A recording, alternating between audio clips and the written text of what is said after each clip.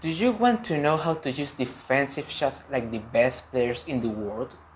In tennis, having a good defense is very important. You can force your opponents to commit more errors. You can create anxiety on them. You can give yourself a better opportunity to win more points. Basically, there are many matches you can win just by having a good defense. My name is Jorge, and in today's video we will take a look at how the pros use tactics to defend during matches. For me, the best way to understand how the pros use tactics to defend is by first understanding how the pros use tactics to attack. Once I learned this, it became much easier for me to realize how defensive tennis works. Recently, I posted a video where I discussed the results of a research I took about the tactics the pros to attack. If you haven't seen it, I will leave a link on the video description below. Having said that, let's talk about how the pros use tactics to defend. As we saw in the last video, an effective attack has 3 stages. The first stage is something I call pre-open the court. Here, the goal is to either push the opponent back or to get a short ball. Now that we know this information, let's switch places. Let's put ourselves in the shoes of the other player. We know our opponent is trying to push us back or force a short ball. What could we do? What I found in my research is that to avoid this scenario, the pros use a very common strategy.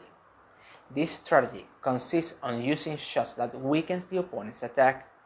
We could be talking about low slices that force players to lift the ball and therefore diminish the speed of the attack.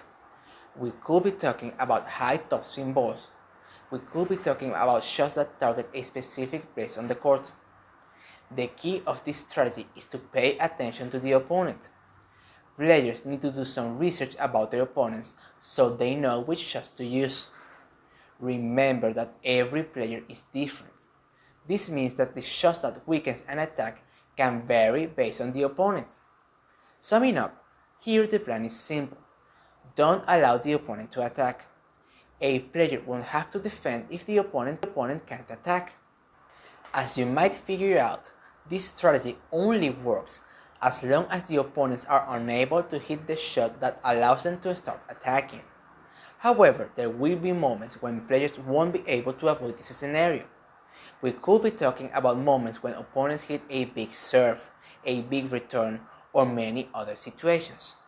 During these moments, if the opponent wants to attack, they will be able to hit the shot that allows them to force one of the 2 outcomes they want. When the attacking player is able to hit this shot, we usually get 3 possible outcomes, assuming the defending player returns the shot.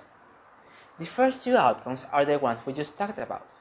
The defending player gets pushed back or returns the ball short. These are the outcomes attacking players want because it allows them to open the court on the next ball. They keep the opponent off balance and they are able to finish the point on the next shot. However, there is a third outcome that allows defending players to get back on the point. Here, the defending player decides to sacrifice some court position. They take a couple of steps back, just as one of the first 2 outcomes, but this time they hit something called recovery shot. A recovery shot is a shot that allows defending players to stay alive on the point. It's a shot that makes it harder for the attacking player to open the court on the next ball. There are 3 aspects that makes a recovery shot effective. The first one is a sense of awareness. Defensive players need to be aware that they are in a defensive situation. This might seem obvious to many of you, but in a real match, sometimes it can be hard for a player to see this in time. And if players don't realize they are in a defensive situation, they won't hit a recovery shot. The second aspect is the depth of the shot. This shot needs to be deep. The ball needs to land at the very least behind the service box. Otherwise, the attacking player will be able to open the court. And the third aspect is that this shot needs to have something that gives the attacking player a hard time. It could be a specific spin, a specific height, go to a specific place on the court. Once again, this will depend on the weaknesses of the attacking player. Just as before, defensive players need to gather information about the opponent so they can take the best possible decision. These three aspects are the ones that produce a recovery shot. However, there is one last thing defensive players need to do once they hit a recovery shot, and that is recovering court position. As we said before, many players need to sacrifice some court position by moving backwards to have more time to hit the proper recovery shot. Once they hit the shot and they weaken the opponent's attack, they take a couple of steps forward. This allows them to close the spaces on the court and completely annul the attempt of the attack. Even though the recovery shot depends on the weaknesses of the attacking player, I did find 3 recovery shots that are very used among players. The first one is a high ball to the backhand with a lot of topspin. This shot is widely used because in general terms, it's hard for players to hit a fast shot when the ball comes high to the backhand. The second one is a low slice. Just as it happens with the high ball, handling a shot with slices usually requires the attacking player to take some speed out of the shot, therefore weakening the attack. And finally, the third one is a shot that has the intention of wrong-footing the attacking player. This shot is usually used when players run around the backhand to hit the forehand. The attacking player knows there is a big space on the court open. The defensive player realizes this and targets once again the backhand, predicting the attacking player will try to cover the open space. The attacking player switches directions once again, and this usually leads to a weaker shot that allows the defensive player to get back on the point. Now, for those of you that saw the last video, you know that there is one last phase of an effective attack, and that is finishing the point. Here's when attacking players hit a winner, a volley, or any shot they want to use to finish the point.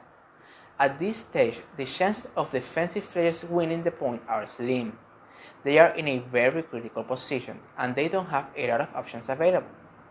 At this stage, the 2 best options they have is to either hit a lob or a fast shot with low height. But even so, at this stage, odds are not on their side. And that's it. That's how the best players in the world play defensive tennis.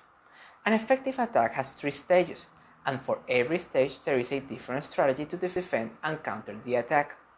However, it's very important to recognize that as the attack keeps progressing, the chances of the defensive player winning the point keep decreasing.